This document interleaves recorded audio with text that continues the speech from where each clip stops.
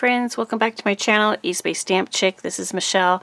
I have a fun little project share for you today, and there will be a tutorial at the end on how to make the base. This is like a slimline flip book, say that fast, and I will show you how to make the base of it without any embellishments at the end of the video. Really happy with how this turned out. I think this looks so cute, and I will show you everything I used on it as well. Definitely, like the bunny and the flowers is all scrapbook.com, along with the words. But anyways, so this is the front, super cute with that little bunny and the flowers. I love that bunny. You're so sweet. Then here is the spine and the back.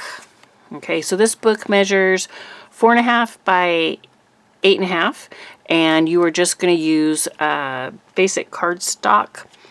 That is your 8.5 by 11 pieces to complete this book. You do have to cut it and score it a little bit, but it's pretty easy. So let me walk you through the book, and then I'll show you what I used and how to make one. Alright, so it is a flip book. I did embellish throughout the book with the sequins and the little die cut flowers that I ink blended on. So this front one flips out, has a pocket card, okay, which you don't have to put pattern paper on both sides. You could leave that plain, and then it flips out again, okay. Then next page is like plain, no flips, kind of a center spread for you to do photos. Then this just has a side pocket with another card that comes out. Another center spread, plain with no flips. Super busy paper. I know it's hard to see the flowers on that one. And then this one flips out. It has a card back here. And then there is a card right here. Okay. I'm just thinking about, I don't think I cut enough of these for my tutorial, but that's okay. I'll show you. So anyways, I really love how this turned out. I think it's super cute. Let me show you what I used. Okay. The paper collection is an old collection. It is discontinued. It is from Friend Stamper's Journey, which is a brand that Spellbinders owned, and they discontinued it. But it's this really cute paper pack, and I've had it for a long time, and I've been trying to use it up. And so I still have paper left. I have made cards recently that I haven't done the video for yet, so you will see a video with some cards that I've made from this. And then now I've done this flip book, and I still have paper. Oh my goodness, but it's adorable. It's super cute. So I did use that. And everything is die cut. There's no stamping. I used this one from Waffle Flower, the Lacy Ovals die, which creates this scalloped oval with the another oval inside with the stitching. So it'd be a little bit hard to see because it's all white paper. But I just thought with the stitching that was super cute. So I did use that. And then I used the bunny is from scrapbook.com. And the die set gives you everything you need to make these different types of bunnies. So it could be male or female, super cute, all different types of looks. So I just thought that was adorable. I did get this in a bundle, and it came with the flowers and a stamp set and maybe something else. It was a really good deal. So these are the flowers that you can make. And flowers and stems and things that you could do. So, and you can see I just ink blended all mine, and I did place, some of them have like a Nuvo drop in the center. I didn't cut out a whole bunch of like centers, so that kind of just made it quicker.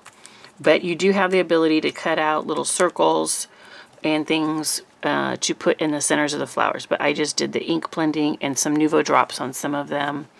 So it just, I thought, might make it a little bit of a quicker way to get them going.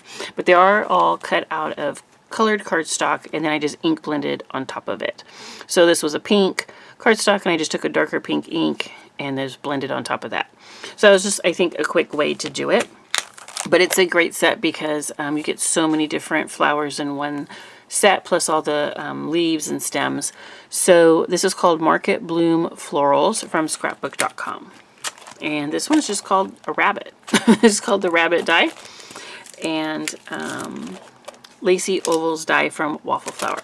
So that is everything I used. And let me show you how to make it.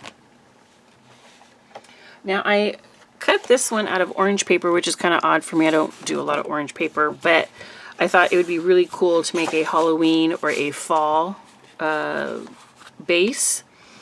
So that would be something I could definitely utilize soon to make some fun things there. Plus, I would definitely want to do Christmas. So I probably should have done this out of like a red or a green. But, you know, I just was thinking to do it this way. So I saw the orange and grabbed it. Also, I don't use orange very much, so it's good to use up things. So the base, you're going to have 8.5 by 11 piece of cardstock. This is 80-pound cardstock, but you could really use 65 or the 100 because you are going to layer like your patterned paper on top. So that will make the 65 a lot stronger. So I think you could definitely use it. You're going to need 3 pieces, and I've already scored these. You're going to put them into your score device, whatever you use. On the long side, the 11-inch side, you're going to score at 4.5 and 9. And you're going to need 3 of these, okay? So, now this booklet, it takes about 7 sheets of cardstock. You'll have some leftover pieces, but I utilized 7 sheets, okay? So, this is the basic, you know, for basic fold for each of the signatures, I guess. They're all going to look like this. Okay. So we're just going to do that for all of them. This is a really simple book, and it goes really quick. And you've got, I think, enough pockets and things to have fun, and you could even add more very easily. So when you are folding these and burnishing, you just want to make sure that your edges match up so nothing's all crooked, but then you will end up with these 3, okay? You want to make sure that the small pocket fold is on the right side for all of them, okay? That's how they're going to lay out if you want to make it exactly like mine. You also, to connect these, you're going to make 2 strips, and they're going to be 1 inch by 8.5 inches, and you're going to score at a 1/2 inch. So you're basically folding them in half, okay? And these are going to connect your signatures, and they're not really going to be noticeable once you put on that patterned paper. Nobody's going to really see these. So I'm just burnishing those. Okay. So I like to use a wet glue. So let me show you how we're going to connect it. These strips are going to go right on here, and then the next one will go right on top, and that will create a hinge. So really simple.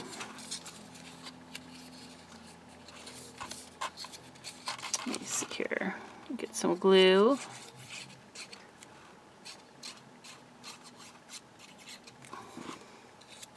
I like glue because it allows me a little bit of time to wiggle. You're going to put this so you can get this all lined up. And I'm just going to, with my fingers, make sure it matches on the edges. So both this back piece and the sides need to line up. Okay. Get that to stick real good.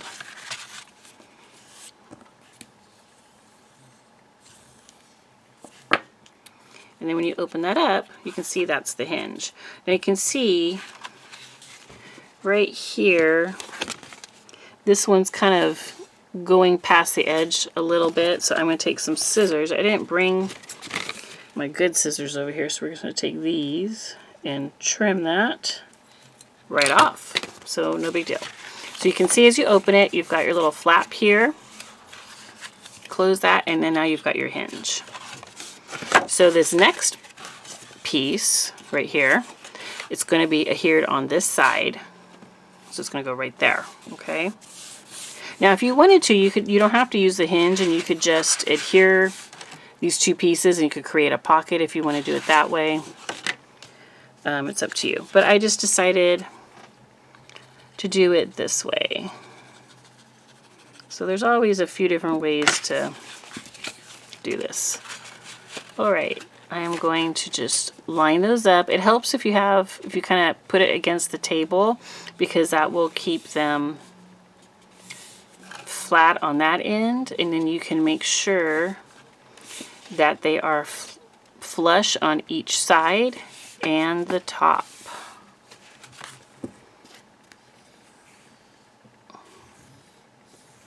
Burnish that. And when you open it up, let's get rid of some extra glue here. You've got a really nice hinge. It's not super noticeable, and once you put your paper over that, no one's going to notice. So now you already have two sections. Here's my last section. So I have this one last hinge here. Let's put glue. Whoops.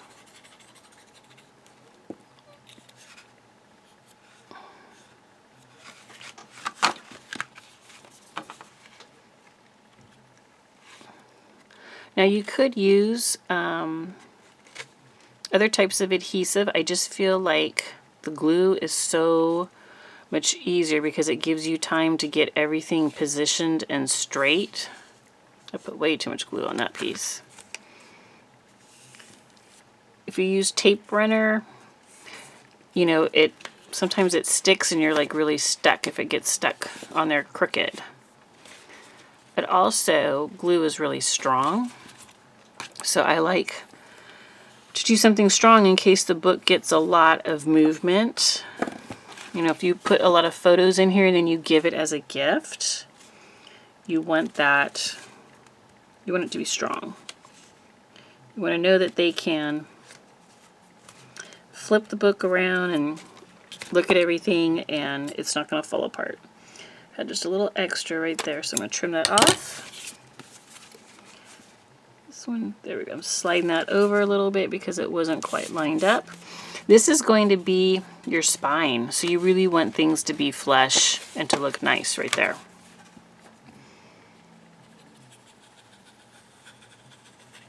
Oops. A little crazy with the glue. Okay, so I'm going to take this one again. Got the little flap on your right side. And I'm going to line that up.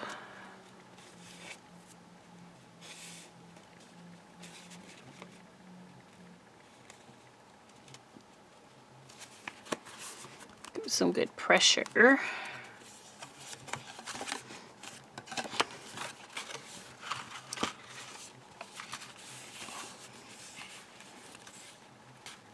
Get rid of some extra glue.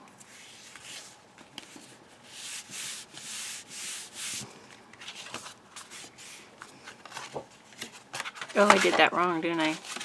That's on the back. Oh my goodness.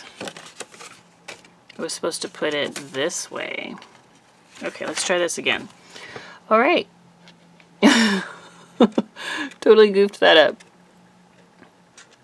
I mean, I guess you could do it that way, but I really wanted it this way. You were probably sitting at home watching that going, no, you're doing it wrong. Okay, so let's do that. But because I used glue, I could peel that right off. It hadn't set yet. So that was nice. right. There we go. So that's the correct way. Okay, so this is your book. Did I get that? Oh, this moved. Wow. Okay, so that's the thing. You want to make sure everything is nice and even and matching, right?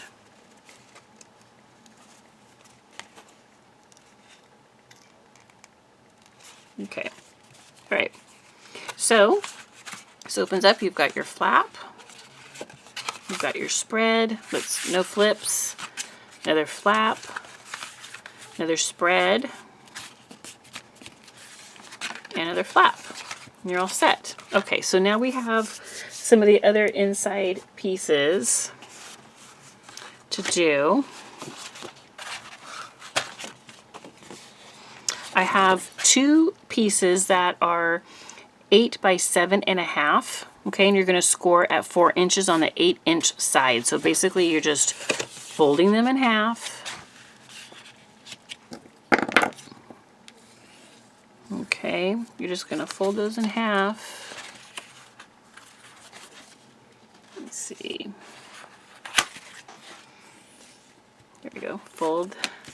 Now, the last one, I actually did some cuts. I made a couple of, well, actually just one cut, but we're going to go ahead and fold this. Let me see here, I'm trying to get it lined up good. All right, so I'll show you that one where we're going to cut it in a minute. So your first one, I created a flip. This opens up and this is a pocket. Now, what I did is I did put the patterned paper on here first before I put this, and I put patterned paper on here as well first. But I'm just going to go ahead and glue it so you can see what it's supposed to look like. But if you want your patterned paper to be like continuous, then you need to put it on. Or you can just put a strip. I'm just kind of centering that in there.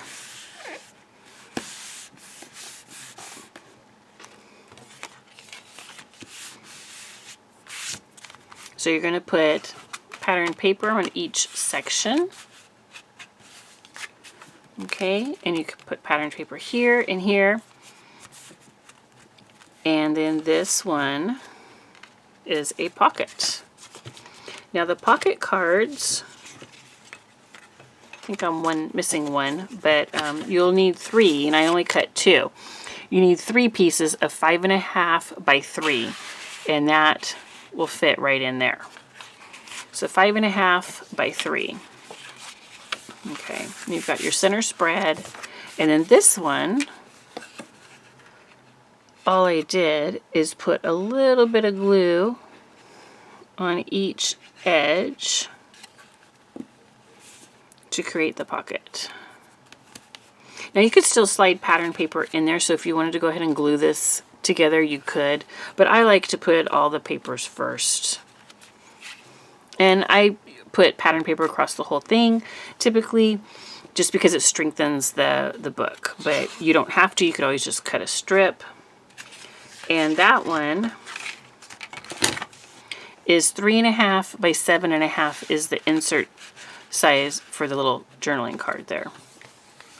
Okay, you've got your no flips, and then your last one. So for this one, we have that same one that we had before, because we cut 2 of these, and that is 8 by 7.5. It's scored at 4 inches. And then I don't think you can, well, you might be able to kind of see, I put a little score line right here where we're going to cut it for our pocket. Now you could use your paper trimmer to do that, which I think is what I did when I made mine. But I am going to go ahead and use scissors. So you could do whatever you want. And this, I put this line at about 4 inches. So that gives me, this pocket right here is a 4-inch pocket. And then we're just going to cut this.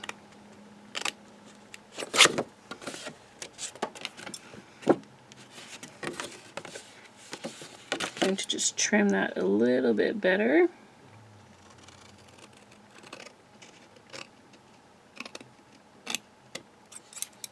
Okay, so now I have a pocket. All right, now I did add the patterned paper, and then I glued this, and then I added it onto here and left a pocket on this back. So to do that, we're going to put glue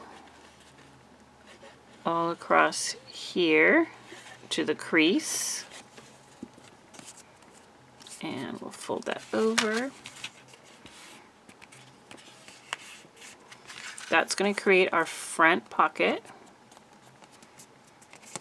And like normally I would put my pattern paper on here before I glue this, but you could, I mean, just a tiny bit shows, so you could either leave it just the plain cardstock or cut little strips to put on there if you wanted to glue that right away. And then I'm going to glue that, and I'm just doing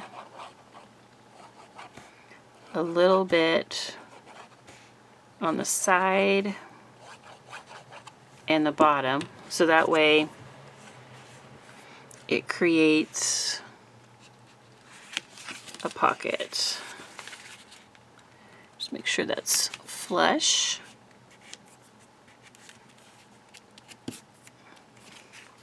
Okay, and so a 5.5 by 3 inch card fits in there, and let's see, oh, I did have enough. Another, or 5.5 by 3 inch fits here. So actually you do need, you need 3 of these, and I think I only cut 2, yeah. So you need one back here as well. You've got one in that pocket, and then in the front pocket, you need one right there too. Okay, so that is the booklet. You'd put on your ribbon if you want ribbon, add all your patterned paper, and it's ready to go. All right, so super easy, right? Not that hard at all. So, but it turns out really cute. There's the one that I made. So it turned out really cute, and I'm excited to make more of these. I think they'll be really fun. All right, well, thank you everyone for joining me today, and I appreciate your time. And if you like getting crafty inspiration, give me a follow or a subscribe, and like the video. You can also find me on Instagram at East Bay Stamp Chick. All right, thanks so much. Have a great day, everyone. Bye-bye.